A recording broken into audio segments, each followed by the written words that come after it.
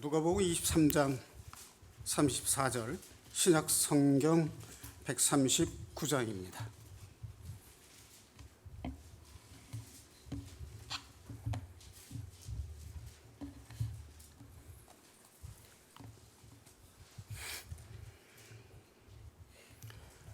(138페이지) 34절, 그리고 오른쪽 옆에 42, 43절 습절을 함께 봉독하시겠습니다. 이에 예수께서 이르시되 아버지, 저들을 사하여 주옵소서. 자기들이 하는 것을 알지 못함이니이다. 42절 이르되 예수여, 당신의 나라에 임하실 때에 나를 기억하소서 하니, 예수께서 이르시되 내가 진실로 내게 이르노니 오늘 내가 나와 함께 낙원에 있으리라 하시니라. 자, 이 두 말씀이 뭔지 아시죠? 가상칠언이라고 하는 말씀 아시죠? 예수님이 십자가에 못 박혀 돌아가시기 전에 십자가상에서 하신 말씀이 7가지 말씀이 있습니다. 그 중에 첫 번째 말씀을 이제 일언이라고 할 수 있는데 그것이 34절이고요. 그 다음에 43절 말씀이 가상 7언 중 제2언에 해당이 됩니다. 가상 7언을 제가 살펴보니까 누가복음에 3 말씀이 있고 요한복음에 3 말씀이 있어요. 그리고 이제 마태복음에 1 말씀이 있는데, 첫 번째 말씀이 지금 읽은 34절 말씀이에요. 누가복음. 그 다음에 이제 두 번째 말씀이 역시 누가복음 같은 23절에 나오는 43절 말씀이고요.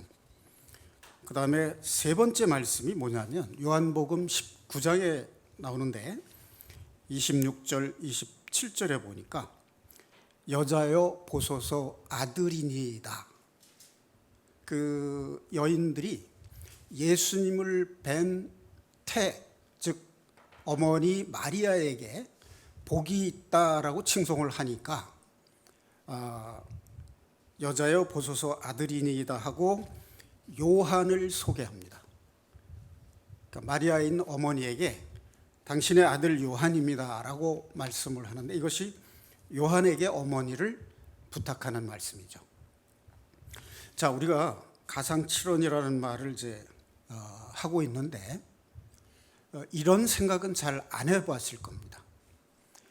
그 패션 오브 크라이스트라는 영화의 이제 절정부 마지막 장면을 보면 누구나 다 눈시울이 붉어지고 눈물이 그렁그렁해지고 그 마음에 슬픔을 느끼고 감동을 받게 됩니다.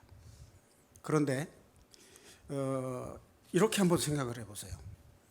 만약에 내가 나무 십자가에 못 박혀서 달려있는 상태, 그것도 그 십자가에 달리시기 전에 채찍을 맞으면서 온 몸에 피와 멍투성이가 된 그 몸이고, 또 머리에는 가시관을 쓰셨어요.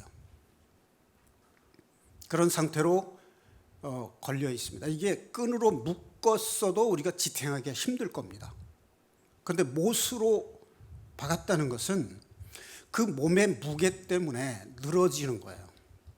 그리고 온몸에 피를 쏟았기 때문에 늘어져서 호흡하기조차 힘든 상태입니다.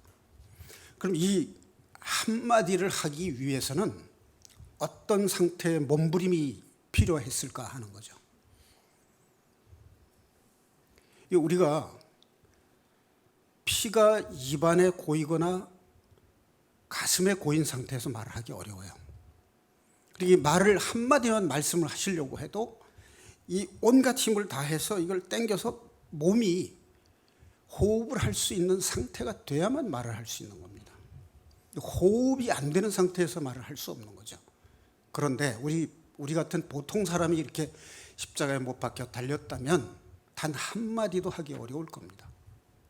그런 고통의 극한 상황에서 7마디를 하셨어요. 그것을 가리켜서 가상칠언이라고 합니다. 그 십자가 할 때 가가 십자가, 즉 나무 십자가란 뜻이에요. 실언 가짜라고도 하죠. 자, 그래서 거기서 한 말씀이 이제 세 번째 말씀이 여자여 보소서 아들이니이다 하는 말이고, 네 번째는 마태복음에 나오는데 마태복음은 한 군데만 나와요. 엘리 엘리 라마 사박다니, 이 아람어로 쓰인 이 말인데, 이 말은 나의 하나님 나의 하나님 어찌하여 나를 버리셨나이까 하는 말이죠. 그 다음에 5원 다섯 번째 말씀은 요한복음 19장 28절 내가 목마르다, 유명하신 말씀이죠. 이 목마르다라는 말은 의에 줄이고 목마르다 할 때 그 목마른 겁니다. 그러니까 실제로 어떤 육체적인 갈증을 말하는 것이 아니라 내가 죄인들의 죄를 용서하고자 하는 마음이 간절하다, 그런 뜻입니다. 우리가 세상 살아갈 때에 내가 바라고 원하는 것, 그것이 이루어지지 않을 때 우리가 간절함이 있잖아요. 내 아들이 요즘 취업하기 어렵잖아요. 그래서 내 아들이 좋은 직장에 취업하기를 바라는 마음, 간절한 마음입니다. 또 요즘에 아들과 딸들이 결혼에 대한 개념이 예전과 상당히 달라요. 그래서 장성한 딸을 둔 어머니들은 또 나름대로 걱정이 있고, 아들을 둔 어머니들도 자녀가 빨리 결혼을 해서 좀 정착을 했으면 하는 바람이 간절하죠. 그럴 때 우리가 목마르다라는 말을 쓸 수 있어요. 그런데 예수님께서는 모든 죄인들의 죄를 용서하시기 위해서 간절한 마음이 있었어요. 그것이 내가 목마르다 하는 말씀으로 표현을 하신 겁니다. 의에 줄이고 목마른 자, 그게 바로 주님께서 내가 목마르다라고 하신 말씀의 뜻입니다. 여섯 번째가 그 같은 요한복음 19장 30절, 그러니까 두 절 내려가서 있는데 그것이 다 이루었다라는 말씀입니다. 이제 예수님께서 모든 죄인들의 죄를 용서하시는 그 사역을, 구속 사역을 완성하셨다는 뜻입니다. 자, 이 구속 사역을 완성했다는 뜻은 동시에 죄인들의 죄를 용서하신 것만으로 전부가 아니라 세상의 권세 잡은 자, 사탄의 세력을 멸하셨다는 뜻이 속에 들어있는 거예요. 사탄을 멸하지 않고는 죄인들의 죄를 사할 수가 없습니다. 어떻게 사탄을 멸하신 거죠? 창세기에 예언되어 있는 것 모양 여인의 후손이 뱀의 후손의 머리를 상한다라고 하는 거죠. 예수님이 십자가에 달려 죽으심으로써 사탄의 세력을 멸하신 겁니다. 그 뜻을 우리가 깊이 생각해 보면 이해할 수가 있는데요. 죽음은 살아있을 때 모든 문제를 결론을 내리는 것이 죽음입니다. 이 말은 동시에 어떤 뜻을 가지게 되느냐 하면 하나님께로 돌아갈 수 있는 길이 열렸다는 뜻이에요. 예수님이 십자가에 달려서 그 몸으로 죄값을 치르고 죽으셨기 때문에 죄인인 우리가 하나님께로 다시 돌아갈 수 있는 길이 열렸다는 뜻입니다.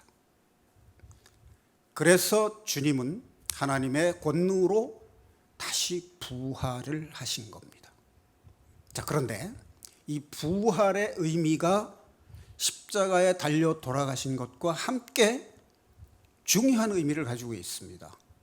다시 말하면 우리가 손이라고 하면 손등이 있어야 되지만 손등만으로 손이 될 수 없고 손바닥이 있어야 손이 되는 것과 같은 겁니다. 십자가에 달려 돌아가시는 것이 죄를 사하신 능력을 행하신 것인데, 그것은 우리가 구원받는 복음에 해당이 돼요. 그런데 만약 예수님이 부활을 하지 않으셨다면 어떤 문제가 발생할까요? 구원받은 이후에 우리가 짓는 죄, 그 죄의 문제를 해결할 수 있는 방법이 없다는 겁니다. 그러니까 우리가 구원받은 이후에도 오직 부활하신 주님의 은혜로만 죄를 이길 수 있는 길이 열리는 겁니다. 자, 그 말씀의 뜻이 무엇인지 여러분들이 생활 가운데서 경험을 하셔야 돼요. 자, 그 중에 중요한 것이 바로 뭐냐면 용서의 복음입니다. 이것이 하나님을 경험하는 길이 되는 거죠. 자, 가상칠언 중 1언과 2언, 아버지 저들을 사하여 주옵소서, 자기들이 하는 것을 알지 못함이니이다. 자, 우리 보통 사람 같으면 죄 없는 자신을 십자가에 못 박은 사람들, 그리고 조롱하는 사람들을 향해서 저들을 용서하시옵소서라고 하는 말을 과연 할 수 있을까 하는 거죠. 우리로서는 불가능한 일이죠. 자, 그런데요, 이 예수님께서 살아계실 때 제자들에게 무엇을 가르쳤는지 여러분 혹시 기억하시나요? 자, 예수님이 이렇게 십자가상에서 저들을 용서하시옵소서라고 하셨는데 살아계실 때는 어떻게 말씀을 가르치셨나 하는 걸 한번 살펴보겠습니다.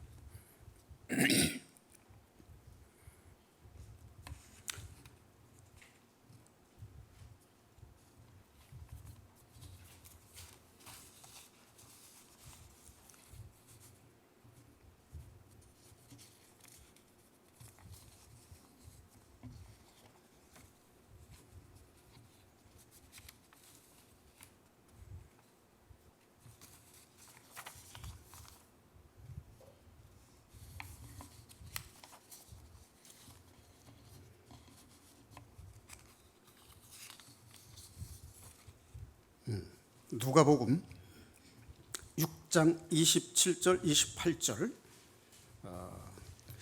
제가 읽겠습니다. 장절만 메모를 하시고 나중에 시간 되면 찾아보시기 바라고요. 누가복음 6장 27절 28절 말씀에 예수님이 살아생전에 제자들에게 가르치신 말씀인데요. 그러나 너희 듣는 자에게 내가 이르노니 너의 원수를 사랑하며 너희를 미워하는 자를 선대하며 28절 너희를 저주하는 자를 위하여 축복하며 너희를 모욕하는 자를 위하여 기도하라. 이렇게 가르치셨어요. 그 다음에 요한복음 6장 37절에서 39절 말씀, 요한복음 6장 37절에서 39절 말씀, 우리를 사랑하시되 끝까지 사랑하시는 예수님, 요거는 한번 찾아보겠습니다. 요한복음 6장 37절 39절, 요한복음 6장 37절에서 39절, 신약성경 154페이지입니다.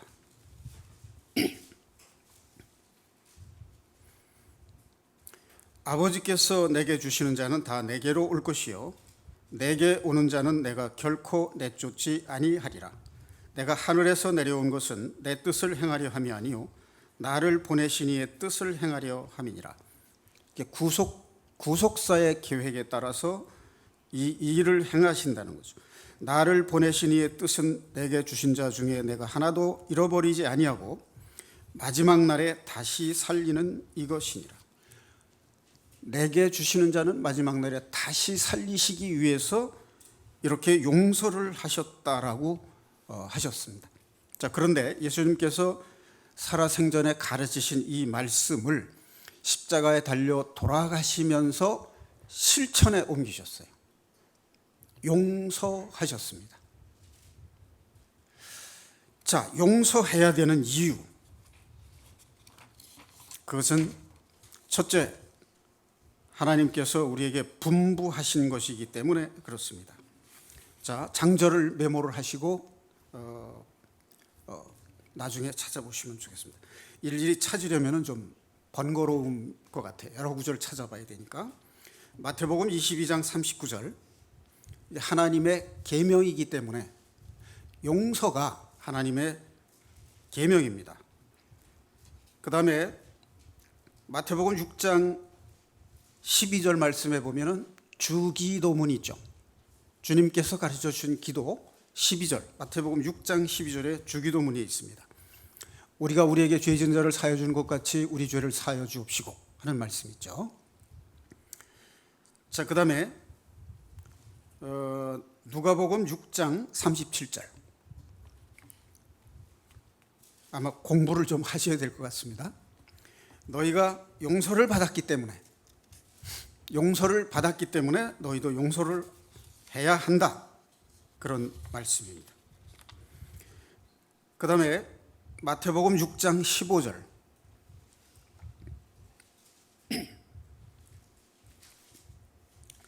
마태복음 6장 15절, 너희가 사람의 잘못을 용서하지 아니하면 아버지께서도 너희의 잘못을 용서하지 아니하시리라. 누가복음 23장 43절을 조금 전에 봤고요. 예수님께서 본을 보여주셨습니다. 그 다음에 로마서 12장 20절에 보니까 유익이 되기 때문에, 신앙생활에 유익이 되기 때문에 용서하라. 그 다음에 골로새 3장 13절 말씀에 주께로부터 먼저 용서를 받았기 때문에. 자, 이 열거한 말씀들의 공통점이 뭐냐면 주님께서 너를 용서했으니까 너도 형제를 용서하라, 이렇게 가르치신 말씀입니다. 베드로가 예수님께 질문을 합니다. 형제의 죄를 몇 번이나 용서하면 좋겠습니까? 이렇게 물으니까 예수님께서 7번을 70번씩, 7번에 70번씩 용서하라, 이렇게 대답을 하셨습니다. 그러면 이제 용서에는 한계가 없다는 뜻이죠. 그러니까 끝까지 용서하라, 그런 뜻이 됩니다. 자, 그런데 실제로 우리가 삶 속에서 용서가 잘 되나요? 용서하지 못하는 경험을 많이 하죠. 자, 그러면 용서하지 못하는 이유가 뭘까? 여러분 고민해 보셨나요? 네, 저도 이 용서하지 못하는 마음 때문에 괴로울 때가 많습니다. 자, 그런데 주님이 본을 보여주셨고 우리 죄를 용서해 주셨어요. 그리고 우리에게 분부를 하셨어요. 형제의 죄를 7번씩 70번이라도 용서를 하라. 그럼 7번씩 70번이라면 490번입니다. 말이 그렇지 쉽지 않은 일이죠. 자, 그러면 용서하지 못하는 이유가 뭘까? 저는 이렇게 생각을 해봤습니다. 첫째, 모든 것을 옳고 그름으로 판단하기 때문에 그런 거예요. 저게 옳으냐 그르냐, 옳으냐 그르냐로 판단을 하게 되면 어때요? 내 생각과 다르면 그런 것이 되는 거예요.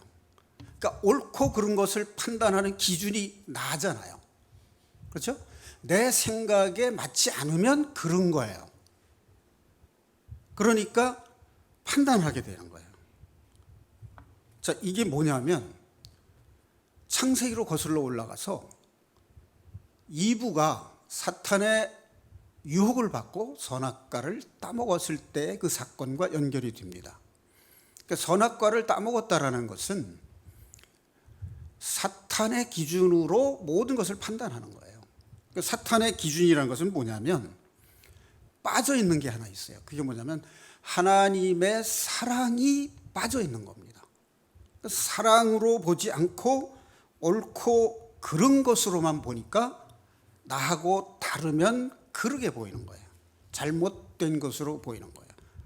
특히 생활과 성격이 올곧고 생활이 바른 사람일수록 옳고 그름의 판단이 정확하잖아요. 저도 그런 사람의 하나입니다. 이제 세칭 말해서 똑똑한 사람일수록 자기 눈에 거슬리는 게 많다고 말해요. 예를 들면 저는 이제 집안에 들어가면 그 현관 신발 놓는 장소 있잖아요. 거기에 신발이 신고 다니는 신발만 있었으면 좋겠어요. 어저께 신은 신발은 신장에 넣어뒀으면 좋겠는데 사실 쉬운 일인데 쉽지 않아요. 그냥 새 신끈에서 신고 그냥 놓고 이거 저 넣어둬야지 하면서 그냥 들어갑니다. 그리고 신발을 둘 때 늘 두는 위치에 뒀으면 좋겠어요. 그러니까 이제 우리는 이제 우리 아내하고 아들하고 이제 셋이 사는데 아내는 왼쪽에 신을 놨으면 좋겠고 방이 왼쪽에 있으니까 아들은 오른쪽에 방이 있으니까 오른쪽에 놨으면 좋겠고 가운데는 좀 내 자리로 남겨줬으면 좋겠어요. 근데 신발 벗는 자리에 내 자리가 없습니다. 그래서 얘기를 할까 하다가 사실 얘기 안 하고 내가 그냥 발로 적절히 이렇게 정리를 하고 들어갑니다. 어느 날은 아내가 그러더라고요. 내가 이제 그거 하는 걸 이제 봤나 봐요. 안 신는 신발은 좀 넣어둬야 되겠다고 이렇게 얘기를 하더라고요. 그래서 무언의 뜻이 전달이 됐습니다. 저도 이런 사람인데 이런 성격 때문에 사실 마음이 불편하고 용서가 안 되는 때가 많아요. 근데 이제 나이가 들다 보니까 하나씩 이제 용서하고 모른 채 하고 넘어가고 그런 게 이제 많이 생기긴 해요. 이제 그게 아마 나이 값인가 봅니다. 이제 그런데 그렇지 못한 부분도 많이 있다는 거죠. 자, 근데 그 용서하지 못하는 이유가 뭐냐면 선과 악으로 판단하기 때문에 옳으냐 그르냐만 가지고 판단을 하면 기준이 나이다 보니까 내 스타일에 안 맞으면 이제 기분 나쁘게 보이는 거죠. 그러니까 이제 만약에 내가 좋아하는 사람이 그랬다면 어떻게 하시겠습니까? 내가 좋아하는 사람이 그렇게 하면 용서가 되잖아요. 그렇죠? 그렇죠? 그럼 내가 용서가 안 된다는 말은 뭐예요? 좋아하지 않는다는 얘기예요. 근데 화가 난다 그러면 그건 좋아하지 않는 정도가 아니라 미워한다는 뜻이죠. 이제 그 말을 성경적으로 표현하면 사랑이 없다 그런 뜻이죠. 근데 하나님께서 이 성경에 기록된 말씀을 보면 말씀 안에서 선을 행하라는 거예요. 구원받은 천국 시민은 구체적인 생활을 할 때 선한 일을 하라는 거죠. 그런데 그 위에 무엇을 더하라 이렇게 말씀하셨어요. 무엇을 더하라고 하셨겠어요? 사랑을 더하라 이렇게 말씀하셨습니다. 어떤 청년과 아버지가 있었는데 아버지한테 좀 이제 흥분을 해가지고 아버지 제가 드릴 말씀이 있습니다 하고 이제 얘기를 했어요. 그래서 무슨 말인지 모르겠지만 말을 하기 전에 내 얘기를 잠깐만 들어보고 하라. 그래서 이제 아버지가 첫 번째 질문을 했어요. 그 이야기가 진실하냐? 아니요, 저도 소문으로만 들었습니다. 그러니까 확인을 못했습니다. 그러면 두 번째, 그 얘기가 선한 이야기냐? 아니요. 그놈이 글쎄 나한테 그럴 수가 있나 이렇게. 그러니까 자기가 직접 확인한 게 아니고 친구의 친구를 통해서 이렇게 이제 들은 이야기란 말이죠. 세 번째 질문을 했어요, 아버지가. 꼭 필요한 얘기냐? 아니요. 사실 살다 보면 더 중요한 일들이 많아요. 그렇죠? 근데 우리는 사소한 문제 때문에 불쾌하고 기분 나빠하고 그걸 꼬투리 삼아서 이야기하는 경우가 참 많습니다. 저도 그래요. 제가 안 그렇다고 그러면 아마 여러분들의 눈에서 아마 레이저 빛이 나올 거예요. 자, 저도 그런 사람이기 때문에 고민을 했고 그러기 때문에 말씀에 의해서 함께 생각을 해보고 주님께서 당부하신 말씀이니까 우리가 생활 속에서 실천해야 되지 않느냐, 그런 생각을 해보는 겁니다. 자, 그래서 덕이 되지 않으면, 가급적이면 참는 것이 좋겠다. 이제 그런 말씀을 드리고 싶습니다. 자, 내가 아이들을 키우다 보니까 내 맘 같지 않아요. 나는 공부하라고 하기 전에 알아서 해줬으면 좋겠어요. 내가 그랬으니까. 레이저 나온다. 그런데 아이들은 내 맘 같지 않아요. 말을 안 들어요. 그래서 고민을 하다가 가르쳐 보기도 하고 야단을 쳐보기도 했는데 나이가 들어가고 머리가 커질수록 그 일이 힘들어지더라고요. 그러다가 어느 날 제가 수필집을 읽었는데 그중에 이런 글이 나오더라고요. 한국의 소나무는 어느 쪽으로 가지를 뻗든지 간에 오랜 세월이 지나가면 그 나름대로 멋과 운치를 지닌다. 그러니까 분재를 하는 분들은 자기들이 원하는 방향으로 가지를 뻗게 하기 위해서 철사를 꽂고 기둥을 세우고 묶어서 만들잖아요, 모양을. 그런데 예술적, 아트라고 하는 예술적인 면에서 보면 멋있어요. 작품이에요. 그야말로 예술 작품이에요. 자, 그런데 자연스러운 것만큼 아름다운 것이 또 있을까요? 네, 사람이 만든 교육보다 하나님께서 하시는 교육, 하나님께서 기르시는 그 모습이 더욱 아름답다는 거죠. 우리 아이들 내 마음대로 안 되는 거 다들 경험하셨죠? 고민하셨죠? 괴로워하셨죠? 그때 제가 그 글을 읽고 근심을 내려놨습니다.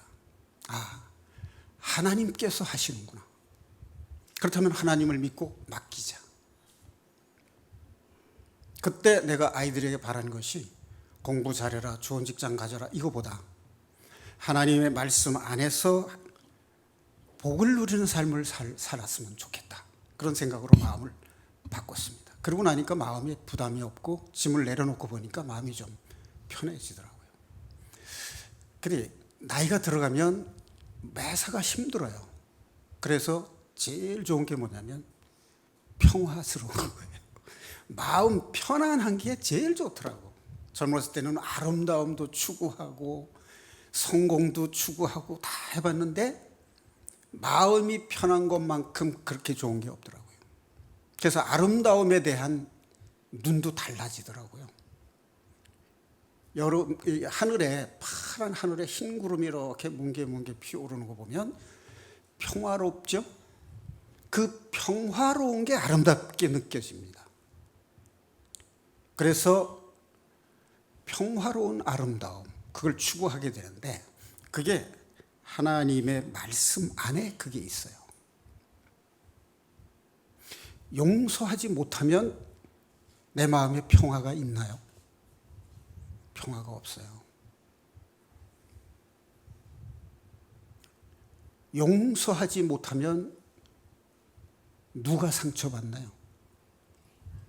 내가 상처를 받는 거예요.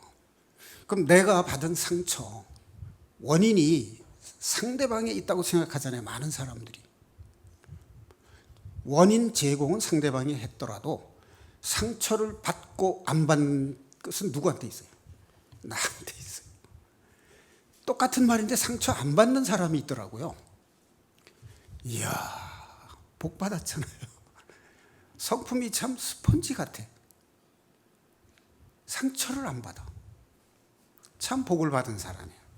자, 그런데 상처를 안 받는 사람이 복이 있다고 생각하는데 그 상처를 안 받는 사람의 삶과 믿음의 열매가 있느냐 없느냐. 열매가 있다면 진짜 복 받는 거죠. 근데 상처 안 받는 사람은 없는데 진짜 복 받는 사람은요, 그 상처를 말씀으로 치유해가는 과정에서 믿음이 성장하고 열매를 맺는다는 겁니다. 그게 복 받는 거예요. 자, 조금 전에 제가 아들이 말 안 듣는다는 얘기를 하다가 한국의 소나무가 어느 쪽으로 가지를 뻗든 나중에는 멋과 운치를 지는데 그건 하나님이 기르시기 때문에 그렇다는 뜻입니다. 자, 그런데 거기에서 발견한 게 또 하나 있어요. 그게 뭐냐면 아들이 말을 안 듣는데 그것 때문에 괴로워하고 고민하다가 뭘 발견했냐면 내가 하나님 말씀을 안 듣고 살았다는 걸 발견했다는 거죠.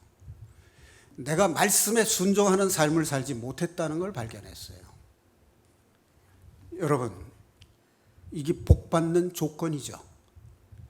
그걸 발견해야 복을 받게 되는 거죠. 자, 미국에서 있었던 일인데 뭐 이런 일은 뭐 우리나라에서도 얼마든지 있을 수 있는 일이죠.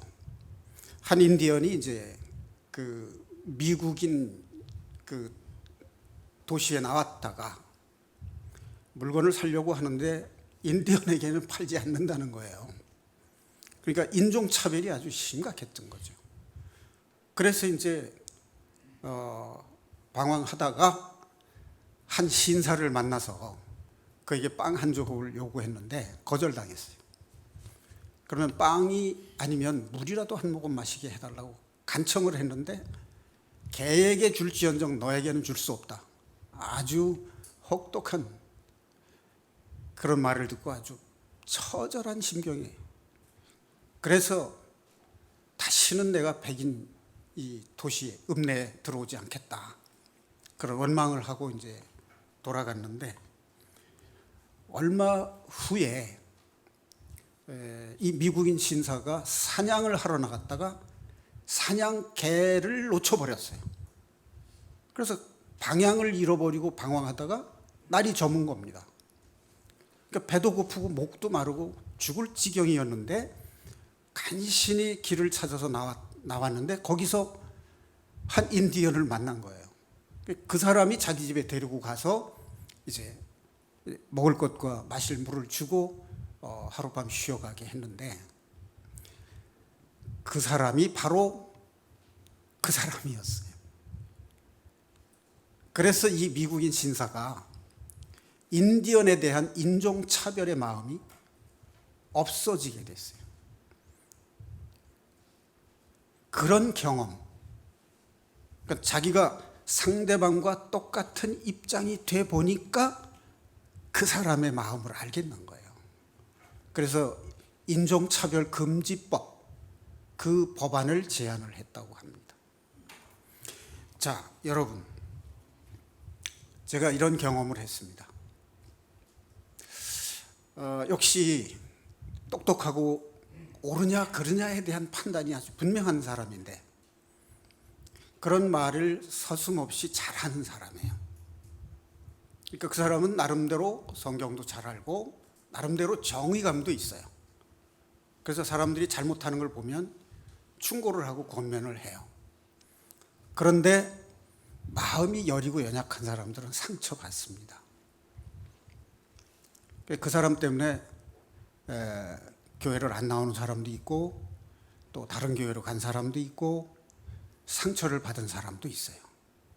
그런데 하나님께서는 그 사람을 통해서 단련을 하시더라고요.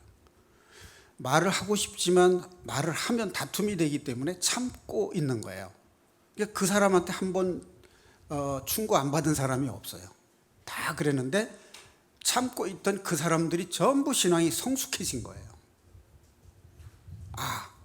판단하지 마라, 비판하지 마라. 그 말을 몸소 생활 속에서 실천을 하게 된 거예요. 자, 그런데 그것을 보는 제 마음이 저 사람이 좀 자기 자신도 자기가 충고하고 권면하는 것처럼 자기 자신에게도 좀 그런 돌이켜보는 마음을 가졌으면 좋겠다. 이제 그런 마음이 있었는데 그게 바뀌질 않더라고요. 그래서 내가 말을 해야 되나 말아야 되나 고민을 하고 있다가 하나님, 저 사람의 역할이 언제까지입니까? 그래서 자문을 해봤어요. 근데 그때 제가 깨닫게 된 것이 뭐냐면 저 사람은 그걸 말로 하지만 너는 말은 하지 않지만 마음속에는 똑같은 판단과 비판을 가지고 있지 않냐. 아, 그렇군요. 그것을 깨닫게 하시기 위해서 저에게 그 일이 계속 있게 하셨던 거라는 걸 알았어요. 그래서 그 사람과 다를 바 없는 똑같은 사람이라고 하는 생각을 가지니까 하나님 앞에 죄인된 내 모습을 발견하게 된 거예요. 그래서 그 사람에게 미워하는 마음이 없어졌고, 상처받은 마음이 너도 똑같은 죄인 아니냐 라고 하는 말씀에서 상처가 치유가 된 겁니다. 그래서 이제 제가 깨달은 것이 뭐냐면, 이게 내가 낮아지지 않으면 안 되겠구나. 세상적 지위가 낮은 사람은요, 누가 야단치고 욕해도 대항을 못 하잖아요. 대항하면 처지가 더 비참해집니다. 어린아이들, 어른들한테 야단 맞으면 자기의 억울함과 정당함을 호소하면 어떻게 돼요? 더 야단 맞아요. 그러니까 잘못했습니다 라고 시인할 때 용서가 돼요. 그래서 믿는 사람, 구원받은 사람이 말씀에 순종해 갈 때 마음속에 이루어지는 복이 있어요. 그게 뭐냐면 나의 죄를 발견해 가는 겁니다. 그 나의 죄가 발견될 때, 빛으로 나올 때 나의 죄가 용서가 되는 거예요. 그래서 치유가 되는 겁니다. 그러니까 이 용서를 경험을 하면 내 상처가 치유되고 내 마음에 평화가 오고 내 인생이 이전보다 더 나은 삶이 됩니다. 아량을 가지게 돼요. 문제는 용서의 경험을 가지면 내 인생이 변화되고 그 안에서 새 생명을 경험하게 된다는 겁니다. 이 상처가 깊으면 은혜도 큽니다. 여러분, 골짜기가 깊으면 봉우리가 높다고 하죠. 말을 바꾸면 봉우리가 높은 산은 골짜기가 깊습니다. 자, 그런데 골짜기가 깊다는 것이 시련과 고난이라고 한다면 봉우리는 우리가 받는 은혜, 복이라고 생각할 수 있어요. 하나님께 더 가까이 나아가는 복입니다. 자, 선과 악으로만 판단을 하면 미워하게 되고 비판하게 되고 판단하게 됩니다. 거기에 사랑을 더하게 되면 용서할 수가 있는데, 이 용서하는 것은 우리가 주님이 십자가에서 흘린 보혈의 피로 용서함을 받았지 않습니까? 그러니까 내가 죄인이라고 하는 마음을 가지고 회개할 때 내 죄가 용서가 되는 거잖아요. 내가 비판하고 판단하는 그 사람과 다를 바 없는, 그 사람은 세련되지 못하게 다른 사람에게 욕을 먹을 정도로 잘못 언행을 한다고 하면 나는 똑같은 마음을 가지고 있지만 겉으로 표현을 하지 않을 뿐 마음은 똑같단 말이에요. 어떻게 보면 위선이잖아요. 남들이 볼 때는 선하게 보이는데 내 속에는 내가 비난하고 판단한 사람하고 똑같은 마음이 그대로 들어있잖아요. 어쩌면 더 할지도 몰라요. 그런 마음을 가지고 자기를 돌이켜보면 용서할 수 있어요.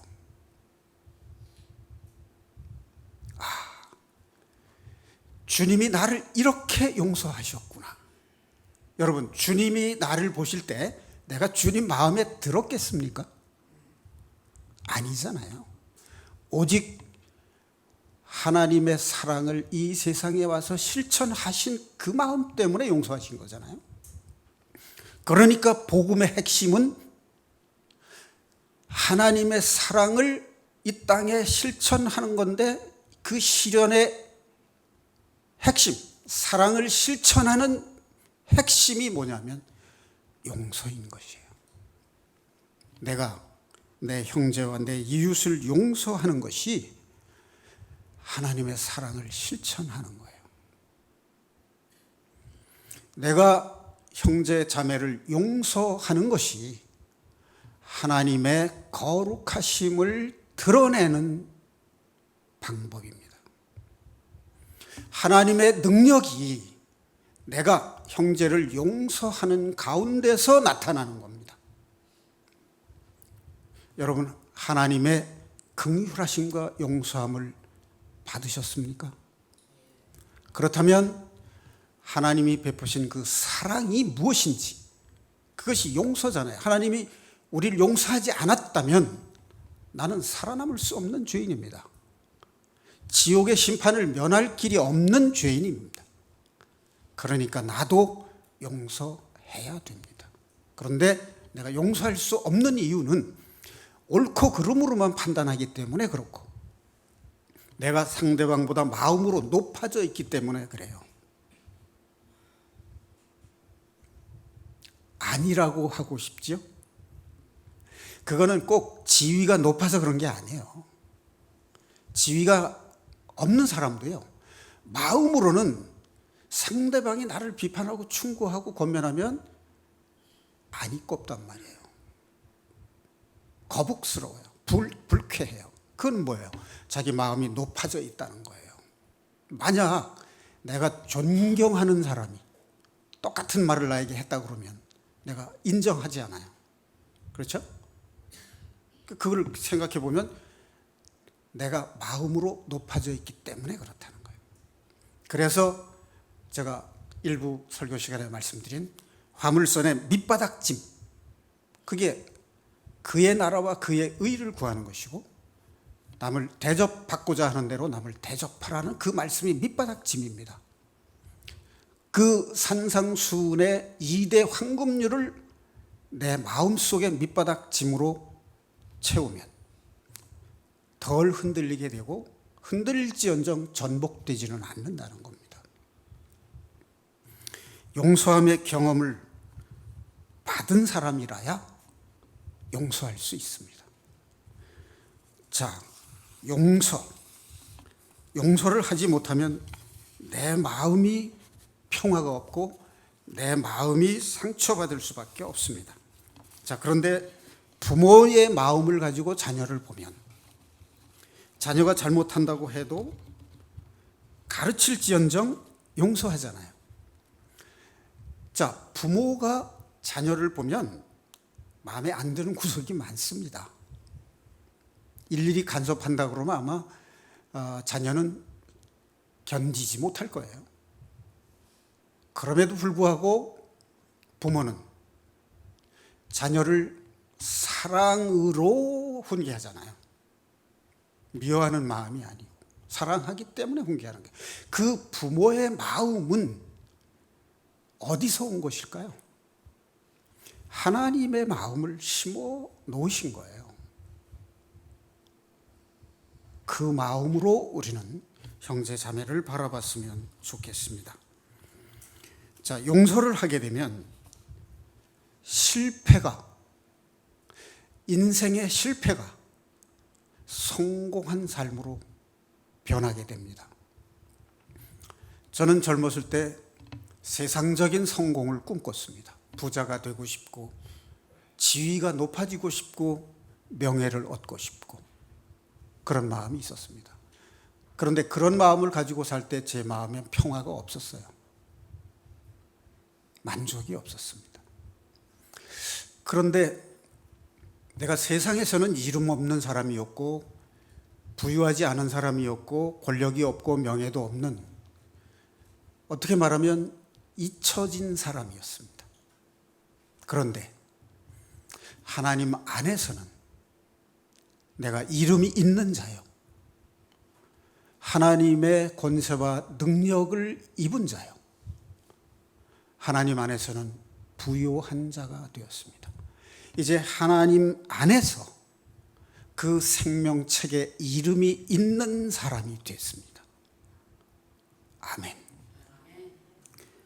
자, 우리도 이 용서의 경험을 통해서 내 마음의 복음이 이루어지고 내 마음에 이루어진 그 복음의 능력으로 형제 자매를 용서하는 마음을 품으시기를 바랍니다. 이것이 하나님의 사랑을 우리가 생활 속에서 드러내는 일이고 이것이 하나님께 영광을 돌리는 삶이 되는 것이라고 생각합니다. 자, 우리의 마음이 한결 좀 넓어져서 시시콜콜하고 자질구레하고 걱정하지 않아도 되는 거 내려놓고 또 불필요한 자존심 내세우고 상처받고 이런 마음들을 좀 내려놓고 하나님의 의와 그 나라를 구하는 하나님의 공의와 사랑을 구하는 그 마음, 그리고 내가 대접받고자 하는 대로 남을 대접하는 그 마음을 가지고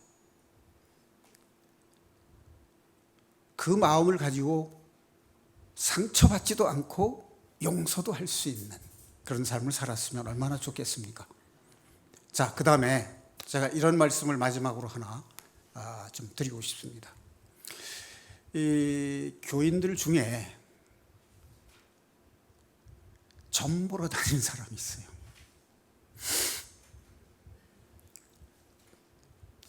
장로님 중에 그런 사람이 있어요. 근데 뿐만 아니라 목사님 중에서도 그런 사람이 있어요. 그게 점쟁이한테 점 보러 가는 게 아니라 예언 기도하는 사람에게 예언 기도를 받으러 가는 거예요. 이거는 기독교 점쟁입니다. 자, 여러분, 만약에 다윗이 13년 동안 사울에게 쫓겨 다닐 것을 미리 알았다면 어땠을까요? 나 왕 되는 거 기름 부음 받은 거 물려주세요 그랬을 거예요 아마. 출애굽한 이스라엘 백성들이 광야에서 40년 동안 훈련 받을 걸 알았다면 애굽으로 돌아갔을 겁니다. 어때요? 내가 3년 뒤에 죽을 거라는 걸 만약 미리 안다면 어떻게 될까요? 아마 캐세라 세라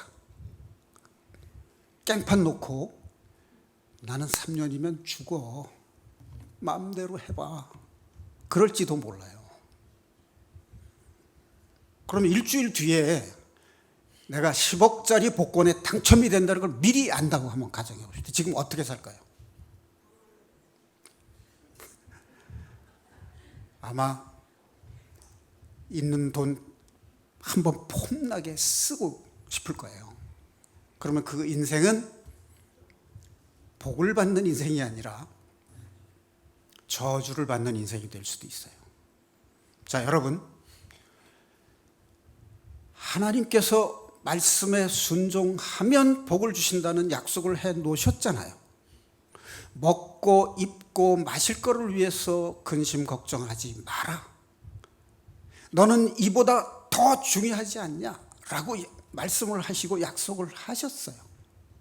그런데 그걸 못 믿는 거잖아요, 지금. 예언 기도 받겠다는 얘기는 믿음 없는 거예요. 하나님의 약속의 말씀을 믿지 못하기 때문에 그걸 알고 싶은 거예요. 하나님의 말씀을 믿으니 또한 나를 믿으라. 예수님을 믿어야죠.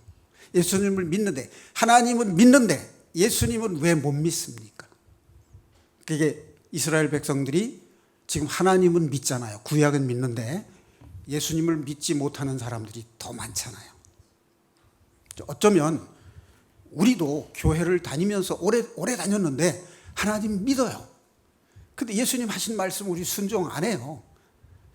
자, 아버지가 너 거짓말 하지 마라 라고 교육했는데 거짓말 계속한다 그러면 그 아버지 말씀 듣는 게 아니잖아요. 그렇죠? 그러니까 믿는 게 아니에요. 믿어야 믿는 겁니다.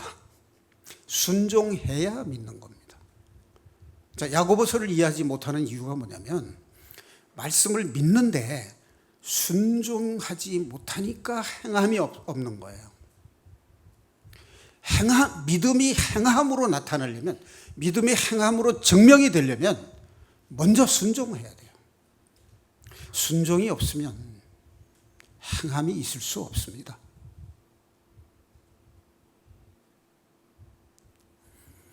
예언기도 받고 미래를 알고 싶은 이 기도, 그건 믿음이 없는 데서 나오는 겁니다. 자,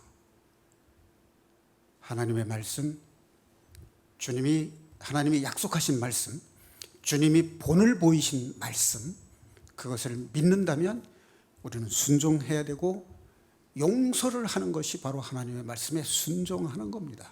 용서하는 경험을 하면 내 인생이 달라져요. 내 안에 기쁨이 이루어지고 감사가 이루어지고 천국을 소유하게 됩니다.